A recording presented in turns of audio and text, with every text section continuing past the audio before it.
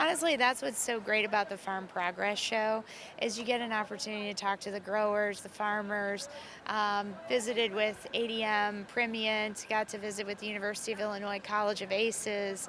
Richland's been a great host out here. You get to visit with everyone and we come together on the importance of agriculture. What are the farmers telling you? There's a lot of concern out there. I think the uncertainty because of a number of factors. I think one, we still haven't gotten that farm bill done that you and I have been talking about now for a few years.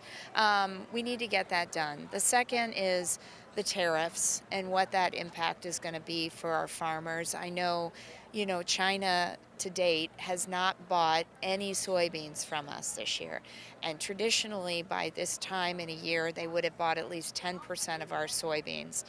They are buying soybeans, but they're not buying them from us. They're buying them from our competitor, Brazil. That's a big problem for our farmers, and that's just one example. And so I think the uncertainty of the tariffs, retaliatory tariffs, what that's going to do for markets is very concerning. And then there are just biofuels. I'm a very big supporter of biofuels, but there are still a bit of clarifying questions that need to be answered and addressed to create the certainty for that market to really take off. Are you sure that that can be done in the fall session as we head toward that? Here's what I'll tell you. I'm going to work toward it. I'm going to work toward it. I think, Washington is a tough place right now. The reconciliation process that we went through was a bruising process for bipartisanship. I'm a bipartisan member. I think we should work together on the issues where we can find agreement. I still believe that a farm bill could be one of those. I do think that them cutting $187 billion out of a SNAP program, when you talk to food banks right here in Decatur, they're seeing demand soar. You cut, that's even before the effects of these cuts are going into effect. And so I think it's very concerning. I think that we should try to come together. It's about building trust, and it's about rebuilding that trust to get it done. Do you think some of the GOP members of Congress are kind of getting fed up with some of the tariff issues? I haven't heard that yet from them, I have to be honest. I think that there is still a Republican Party that is walking in lockstep with the Trump administration right now. Not a lot of deviation.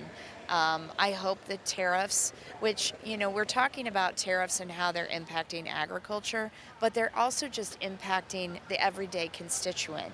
The prices of everything. If you look at a pound of beef right now, and you can't tell me that there's an impact on this economic policy of the Trump administration, I don't think you're looking hard enough. I mean, I think that there are real impacts. And I would just remind people that, on day one, President Trump said he was going to bring down the costs. We have only seen costs go up, more uncertainty for our economy. It's just very troubling. What will be your priorities as we get back to Congress? What will be your priorities for a farm bill that has to really be done by the end of September? Yeah, well, I think it's coming together on a bipartisan basis, sitting down with our leadership, making the case that, one, I want to see a farm bill that's good for our Midwestern growers, that doesn't play geographic favorites as farm bills have in the past. I just highlight for reference prices that were addressed in the one big bill gave a real big help out to peanut, cotton, and rice growers. They're making, I think it's about $240 to $270 an acre on reference prices. But when you look at corn and soybean, it's hovering at about $35 to $45. There's a real disparity there. I want a farm bill that's good for our corn and soybean growers and our specialty crops. I represent Collinsville, which is the horseradish capital of the world. There's some good things that we can be doing for specialty crops as well. But I think it's coming together on a bipartisan basis, getting a farm bill done. And I would be remiss if I didn't say on that same deadline of September 30th is our federal budget. We've got to get a federal budget done to keep the government open. And we need Republicans to demonstrate some real leadership, bipartisan leadership, recognizing that Democrats do have a good idea or two, and bring us to the table to negotiate these things.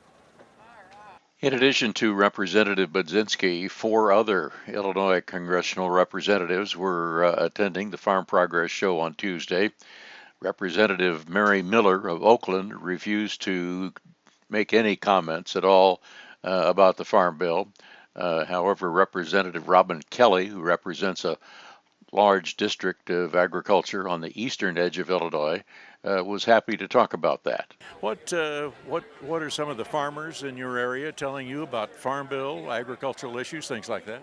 Well, of course, my farmers are looking for a farm bill and very worried that there may not be a farm bill. And then also they're sharing how some of the things that have happened lately, like the tariffs, they're very concerned about. They're very concerned about the cuts in SNAP because, of course, if people can't buy groceries, then grocery stores, large or small, are not going to buy from the farmers. And then some have talked about the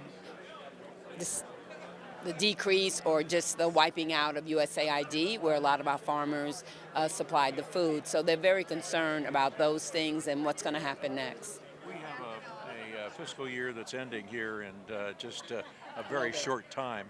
Is there anything that can be done to address some of those issues between now and the end of September?